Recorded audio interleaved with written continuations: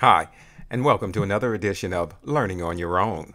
I'm Professor Naylor, and today I'm going to talk to you about being organized. The assignment that we're going to do is called the Organization Wizard. And I also want to introduce to you another system for success called the backup rule. You need to back up all of your files in 3 or more locations so you never lose a file. Today we're going to talk about saving your file to a portable device, known as a USB, a flash memory device, or known as a removable device. All 3 of those names are synonymous.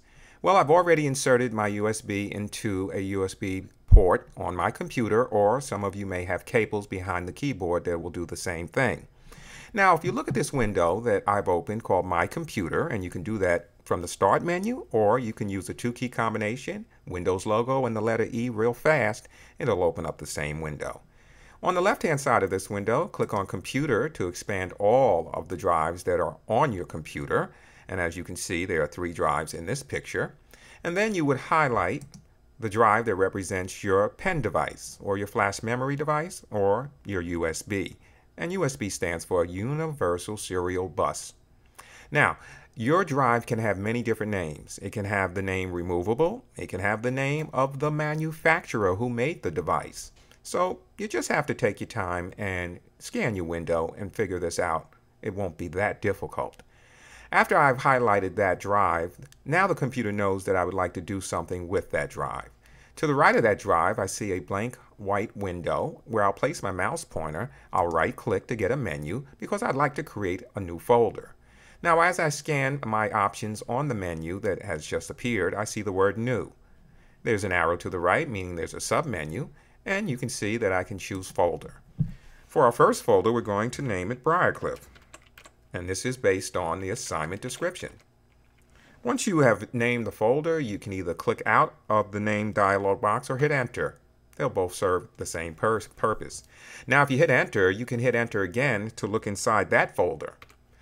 And if you notice, there's an address dialog box in the top left-hand corner of this particular My Computer window. It says I've accessed the computer. Inside the computer, I'm looking at my drive, which is known as the Memorex drive, and I've created a folder called Briarcliff that I'm looking in right now. There's nothing inside that folder. So I'm going to return my mouse pointer to that right white window pane, right-click to get a menu. I'm going to look at my options. I'd like to do something new, and in this case, I'm going to create a new folder. This is a subfolder, and I'm going to name it the class that I'm in, and that is HU105. So I can click out and that'll finish the naming convention. It'll deselect it, so I must reselect it or click real fast 2 times to open up that subfolder. Now I'm looking inside the subfolder called HU105.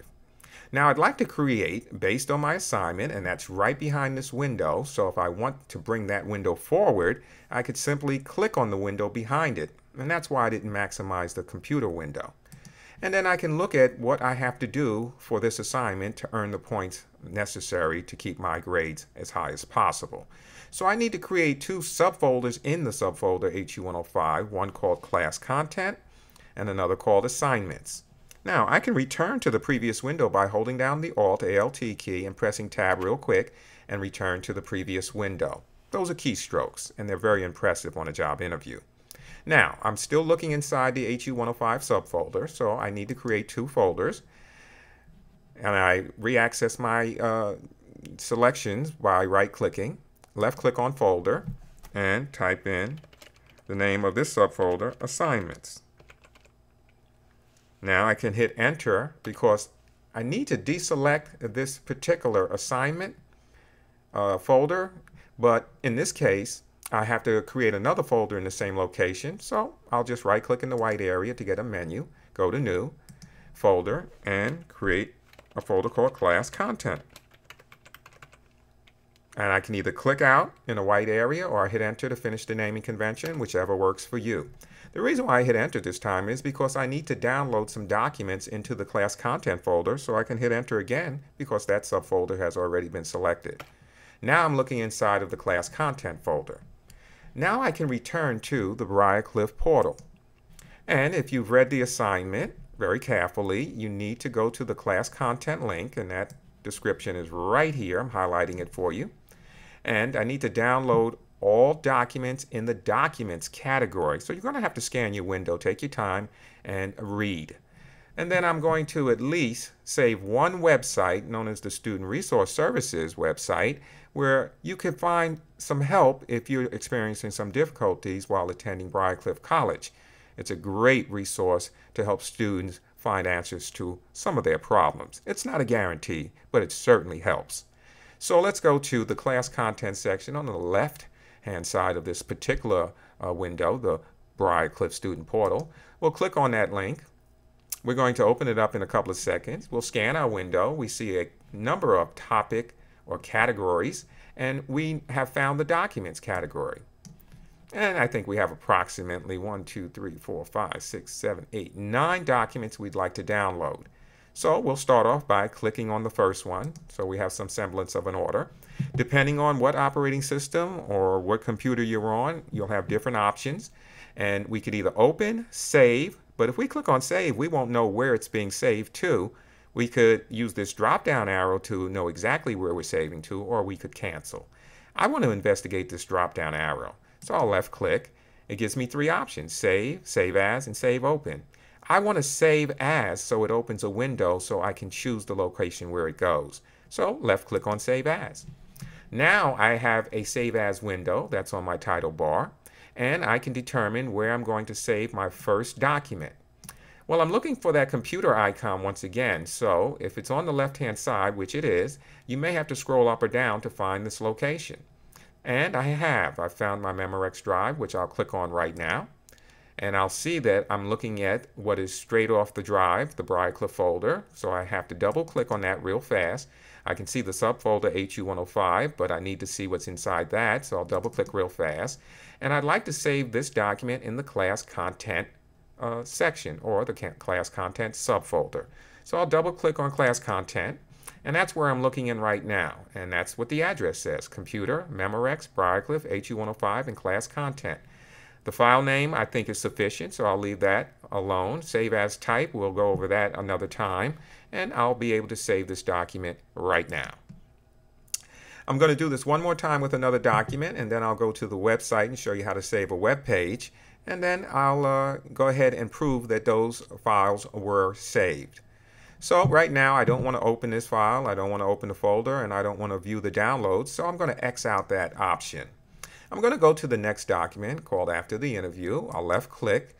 It'll open up an option for open, save, cancel. Remember, I want to save as window, so I'm going to use the little drop down arrow to get 3 additional choices. I'll choose save as because that'll give me the option to save this document in the last location that I had opened. So I don't have to go through the process of looking for this folder, because the last location that I saved to is the location that is now open. So now I can go ahead and save this, but if I wanted to, I can look at the save as type and see if I wanted to change the type of file that it would be saved as. But in this case, I'll leave it as a text file. So I saved again, and it gives me another option to open folder, and view downloads. But because I'm going to save a web page, I'm going to cancel this out, and I'm going to look for the web page that I said in the description of this assignment you must save. So I'm going to click on Student Resource Services, and this is a great website for some of our students who are experiencing difficulty attending Briarcliff, whether they be personal issues, economic issues, transportation issues. This is a site that may be of help to you. Again, it's not a guarantee, but it is better than nothing at all, and in more cases than not, it has been very helpful to students in the past and present. Now, we may not know how to save a web page, but we have to use Scan Our Window, Click and Play, and the 30-second rule. Well, we have an option: File, Edit, View, Favorites, Tools, and Help. So we might as well start looking at these menu items and see what they offer. So I click on File, and we want to save a file, so that makes sense. And if we look at the options, we can see that we have an option to save as. Look, let's click on that option. And here we go again. We do have the option to save a web page. Save as type, you see web page. If you look at your address bar, you know where you're saving it to inside the class content subfolder. And if you're happy with the file name, you can simply go ahead and save it. It might take a second or two depending on how much information is on a web page, but that went relatively quick.